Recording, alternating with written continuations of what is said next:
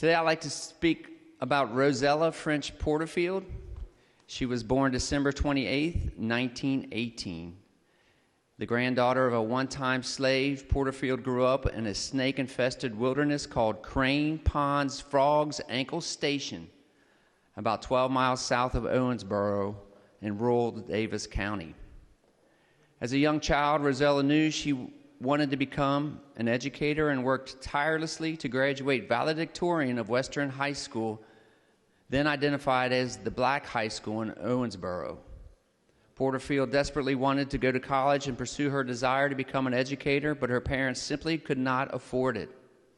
Undeterred by adversity, Rosella worked as a nanny for a white family until, as she used to tell people, she received a gift from her guardian angel. Someone who never identified themselves to her paid for her to attend a 2-year junior college in Paducah and then Kentucky State College in Frankfort.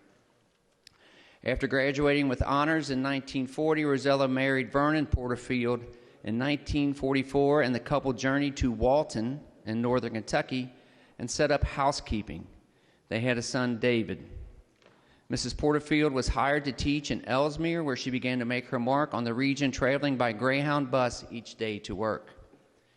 It has been reported by former students at what was then the all-black Wilkins Heights School in Ellesmere, when the school needed toilet paper and paper towels in the bathroom, she marched to the school board office and got them.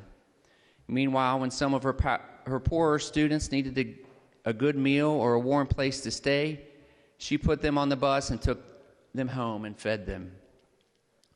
Following the Brown v. Board of Education decision in 1954, Mrs. Porterfield successfully lobbied the school board to enroll 5 black incoming kindergartners in one of the white schools. It was the first step in a slow process of desegregating schools in northern Kentucky. At the urging of Mrs. Porterfield, the Erlanger-Ellesmere School District closed the black school, and Mrs. Porterfield found herself without a job. It was reported the district was reluctant to hire her in the integrated schools for fear of what the white parents would think, but just as Ms. Porterfield had developed a plan to integrate the students, so too did she have a plan for herself. Using her degree in library science, Ms. Porterfield sought employment as a librarian. It has been said Rosella Porterfield's impact didn't stop at the schoolhouse door. A longtime friend of Mrs. Porterfield relayed the story that one morning when Mrs. Porterfield boarded a Greyhound bus that would take her from Walton to Florence, where she'd transfer to another bus to Ellesmere, as she had done every day for years, the driver asked her to move to the back of the bus. She said, "I will not." She said, "I have 2 brothers who are fighting for this country, and I will not go to the back of the bus." A young soldier in uniform gave her his seat, and the bus, full of whites and blacks, applauded. In addition to her duties as an educator, Mrs. Porterfield was active in the Zion Missionary Baptist Church in Walton, where she served as Sunday school teacher and superintendent, choir director, pianist, and organist.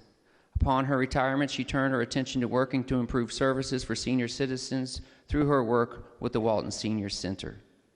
In recognition of her commitment to quality education for all, the library at Dorothy Howe School in Ellesmere was named in her honor, as was a park in the city where she devoted her life to equity and education for all. She departed this earthly life on November 6, 2004.